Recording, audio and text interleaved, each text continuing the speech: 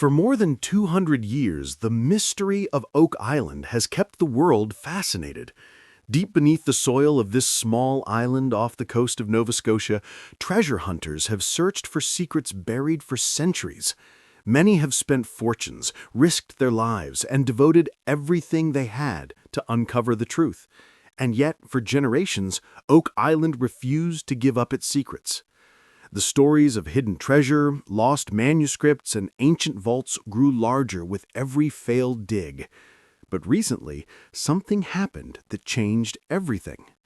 Rick Lagina, one of the main figures behind the modern Oak Island search, has just confirmed a deal worth $180 million, and that deal might have finally brought the world's most enduring treasure hunt to an end.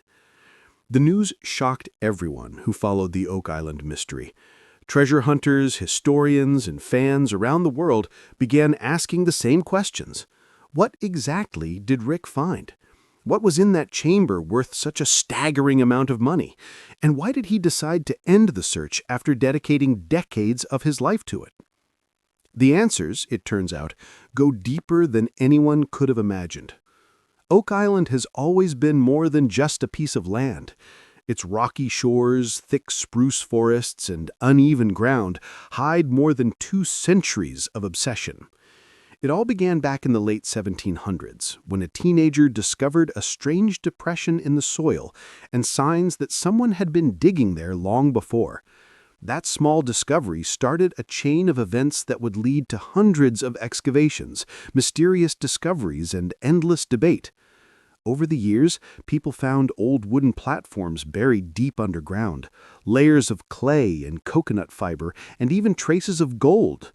But the full truth remained out of reach. Every time someone got close, the tunnels would flood, machinery would break, or nature itself would seem to resist their efforts. Then came Rick Lagina. Along with his brother Marty and a small team, Rick brought new technology and a new approach to the search.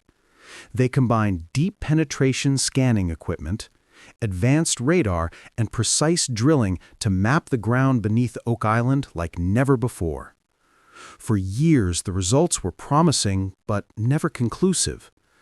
That changed one cold evening when the equipment picked up something unusual, a solid structure nearly 100 feet below the surface. The readings didn't look natural. There was a pattern, a rhythm, almost like a heartbeat beneath the stone. It was clear that whatever was down there had been built, not formed by chance. Rick knew this was different. The signal came from an area later known only to the team as Sector X7.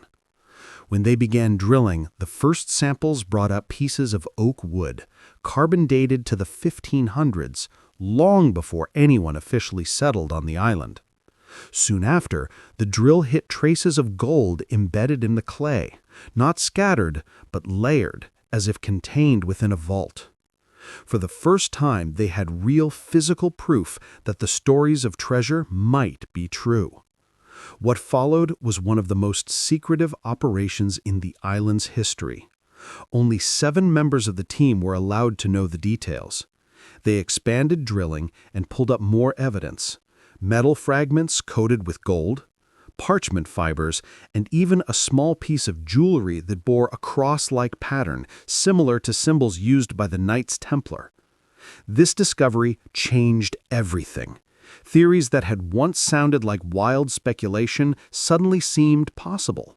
Historians and experts quietly evaluated the findings, estimating that if the chamber was intact, it could be worth around $180 million, not counting the priceless historical value. Rick understood that he couldn't treat this like any other dig. The deeper they went, the clearer it became that this wasn't just about gold or treasure. It was about knowledge, secrets, and history that could rewrite what the world believed. Long negotiations, Rick secured a confidential preservation agreement worth $180 million. The deal ensured that the discovery would be protected, studied, and preserved without turning the island into a battleground for greed. To outsiders, it looked like the end of the hunt. But in truth, it was only the beginning of something even stranger. Not long after sealing the first chamber, Oak Island began to act in ways no one could explain. The weather turned violent without warning. Tunnels that had been dry for months suddenly flooded. Machines that had worked perfectly began to fail one after another. Some of the crew even said they heard knocking sounds deep underground, like 3 slow beats repeating over and over. Whether it was coincidence or something else, no one could tell. But everyone agreed that the island felt alive, as if it was trying to protect its secrets. When they began exploring a new area called Sector D9, things became even more mysterious. The soil felt different, as if packed by hand centuries ago. As they drilled deeper, the ground suddenly pushed upward, forcing wood fragments and clay to the surface. The wood was tested and found to be from the same time period as the timbers in the first vault, the late 1400s to early 1500s. This confirmed what Rick had begun to suspect. There wasn't just one vault, but an entire underground system, tunnels, chambers, and passageways built with incredible skill. Then came a discovery that left even the experts speechless. At around 112 feet down, they found a rusted tool wrapped in preserved leather. The blade matched designs from Europe dating to the late 1400s, long before Columbus crossed the Atlantic. Below that, they uncovered planks forming a man-made tunnel angled toward the center of the island. It looked deliberate, carefully designed. As they mapped it, sonar revealed that the tunnel system extended hundreds of meters, connecting multiple cavities. Oak Island was no longer just a mystery, it was a hidden network built with purpose. But the real turning point came during a tunnel collapse in August. 3 workers barely escaped, and when the dust settled, they found something behind the wall that had given way, a small leather-wrapped bundle that had been sealed for centuries. Inside was a thin metal tablet engraved with faint cross-shaped markings. When light hit it, the symbols glimmered in patterns identical to Templar manuscripts from the 1300s. Scans dated the metal to around 1500. Alongside it was a parchment tube sealed with resin. Inside the parchment were writings in Latin and Old French, along with a sketch of what appeared to be a map, one that referenced something called Custodes Aurum, or Keepers of Gold. For Rick, this was proof that the treasure was more than just wealth. It was knowledge that someone had hidden to protect, not to spend. The parchment described tunnels, chambers, and markers, all pointing to deeper levels below the surface. According to geological scans, there were at least 5 branching tunnels beyond the ones already found.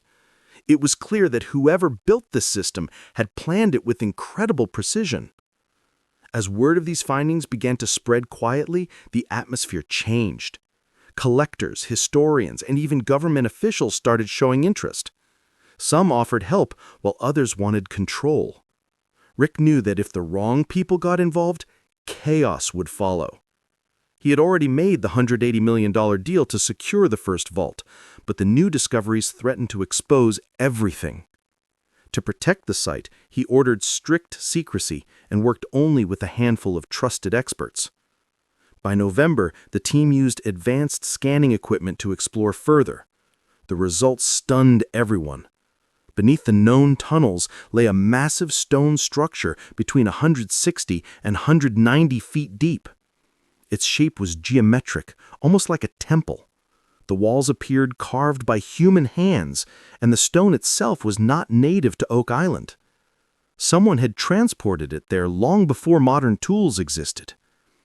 After weeks of careful drilling, the team discovered what looked like a sealed doorway.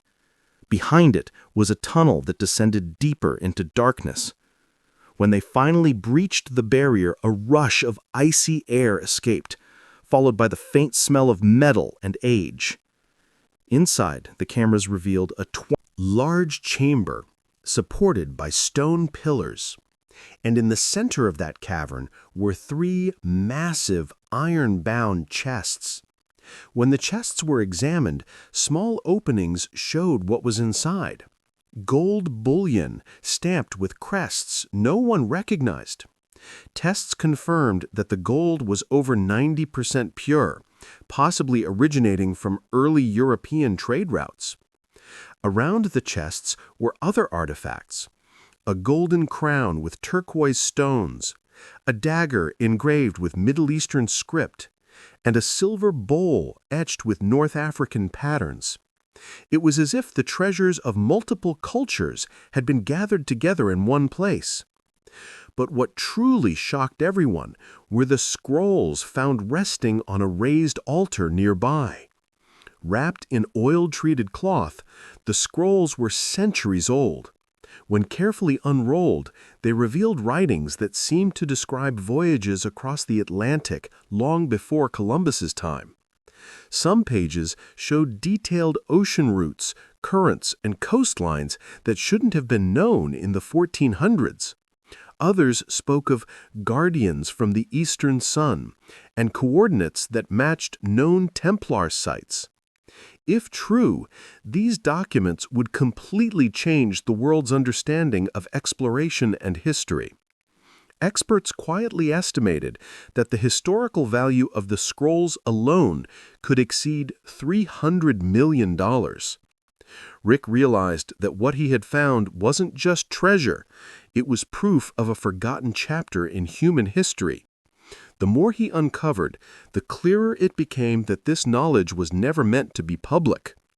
The writings hinted at alliances, sacred oaths, and a warning that the treasure must never fall into the hands of kings or conquerors. The pressure on Rick was enormous. Governments, collectors, and organizations began circling like sharks. The discovery could spark global disputes over ownership, heritage, and power. Rick made the hardest choice of his life. He ended the search. He finalized the preservation deal worth $180 million, ensuring the artifacts would be protected by a coalition of historians and archivists. The site was sealed under strict confidentiality. Even Marty, his brother, struggled to accept the decision, but Rick knew it was the right thing to do. Some truths, he believed, are too powerful to be released. By mid-2024, machinery was shut down. The crew packed their equipment and left Oak Island behind. For the first time in over 2 centuries, the digging stopped. The island fell silent, its secrets once again buried beneath stone and soil. Yet even in that silence, there was a feeling that the story wasn't completely over. Just weeks later, new radar scans picked up unexplained signals from the island's northern ridge, areas no one had ever explored. What those signals mean, no one knows. Maybe it's just the Earth shifting, or maybe it's another hidden chamber waiting to be found. But for now, the Oak Island hunt has ended. Not with failure, but with discovery, mystery, and a decision that will echo through history. Rick Lagina didn't just uncover treasure. He uncovered proof that the past still has secrets left to tell. And though the search may be over, Oak Island continues to whisper, reminding the world that some mysteries were never meant to be fully solved. Columbus. Releasing that information to the world without context could create chaos.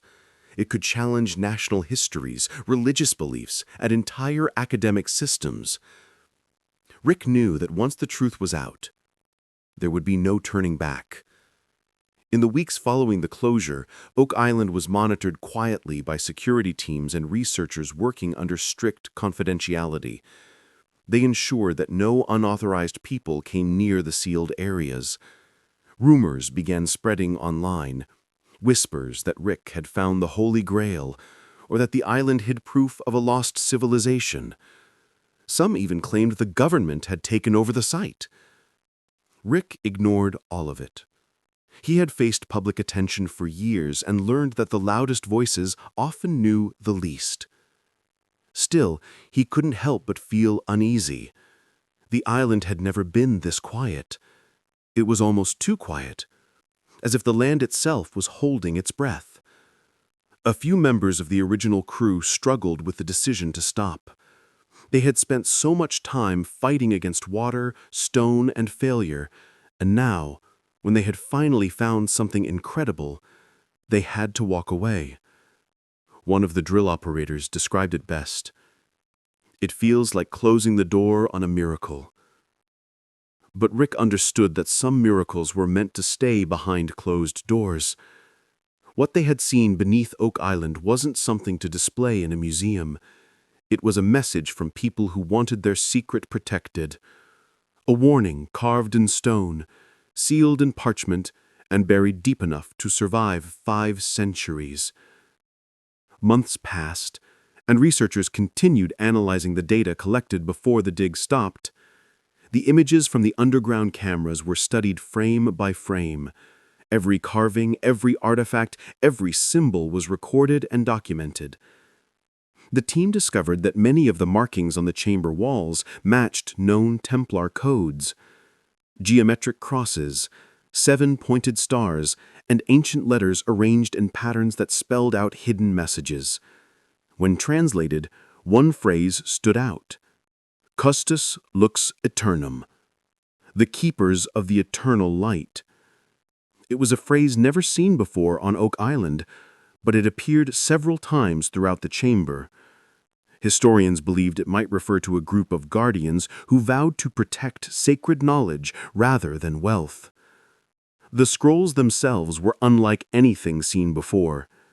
Some contained diagrams of vaults and passageways that perfectly matched the island's layout. Others spoke of a sacred order that traveled west across the sea to hide something of great value. There were even references to the Western Keep, described as a sanctuary for wisdom beyond time. The handwriting was precise, the ink still visible after more than 500 years. It was clear that whoever wrote these documents knew exactly what they were doing. The parchment wasn't random notes. It was a map, a guide, and a story all at once. As word of these discoveries spread among a few trusted scholars, the theories multiplied. Some believed the treasure was part of the Templar archives, hidden away after the order was outlawed in Europe in the early 1300s.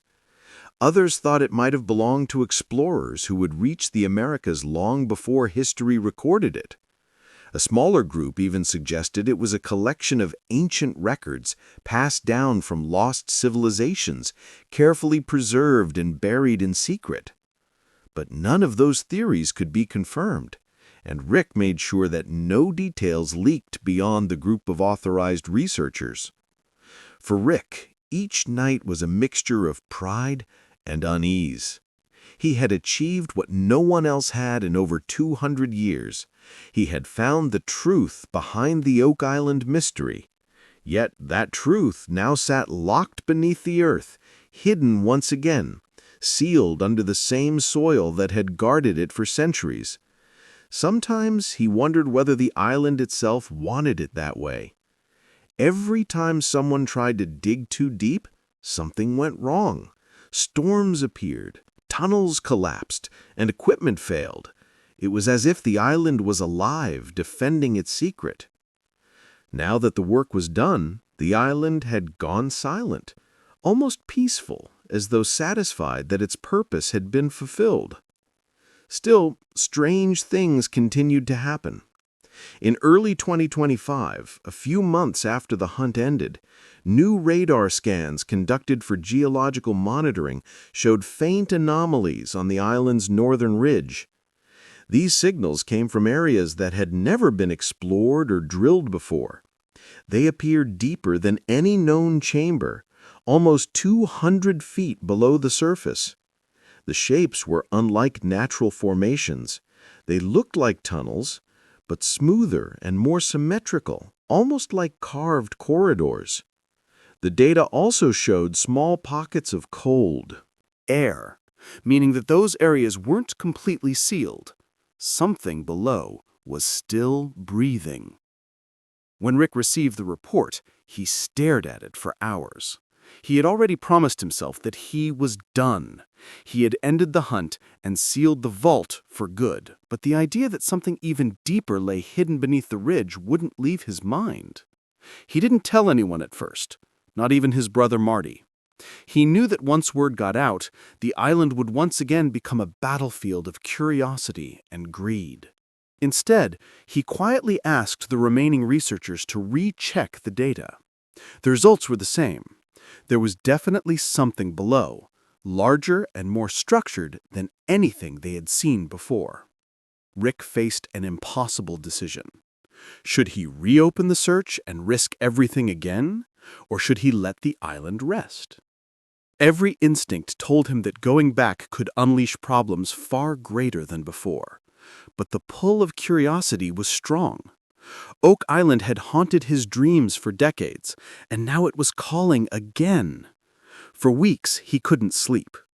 Every time he closed his eyes, he saw the carved doorway, the ancient chests, the glowing symbols, and the endless dark corridor beyond the camera's reach. What else was down there? What secret had the builders left for those brave enough to go deeper? During this time, Rick revisited old records from the 1700s and 1800s, reading accounts from early diggers who claimed to have found mysterious stones with symbols they couldn't understand. One description caught his attention. It mentioned a stone inscribed with a 7-pointed star found near the island's northern edge. It matched the same symbol carved above the chamber doorway they had recently uncovered. Could it be that the builders left clues across the island, marking the locations of multiple vaults? If so, the ridge might not be a coincidence. It could be the entrance to something even greater. Despite the mounting curiosity, Rick stayed cautious. He knew the cost of pushing too far. The last excavation had nearly taken lives, and the island had fought back every step of the way. Some locals warned that the island was protected by something else, something far more powerful than anything they could safely handle. Are they still breathing? Rick asked himself as he looked at the water-filled shaft. Is there something alive down there, built to protect the island? Him that Oak Island wasn't just a place, but a protector of what lies beneath. One fisherman who lived nearby told Rick, "You can dig the island, but the island digs back." Rick smiled politely at the time, but the words stayed with him. After everything that had happened, the storms, the collapses, the strange noises, he wasn't sure the man was wrong. As winter turned to spring, the island grew restless again. Heavy rains eroded parts of the old dig sites, exposing small pieces of timber and clay layers that hadn't been seen before. Workers quickly covered them to prevent damage, but it raised another question. What if the island was revealing more on its own? The geologists who studied the land noticed subtle vibrations underground, almost like faint echoes. These weren't earthquakes or normal shifts. They came at irregular intervals, sometimes days apart, sometimes hours. The pattern reminded some of the old knocking sounds reported years earlier. 3 beats, a pause, and 3 beats again. Rick didn't know what to think anymore. Science could explain part of it, trapped air pockets, shifting rock layers, or underground water movement, but the timing and repetition felt too deliberate. Some on the crew even joked that the island was trying to communicate. Others weren't laughing.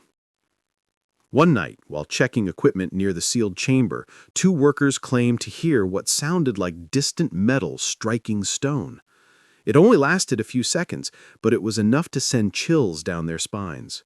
They packed up early that night, refusing to stay after dark.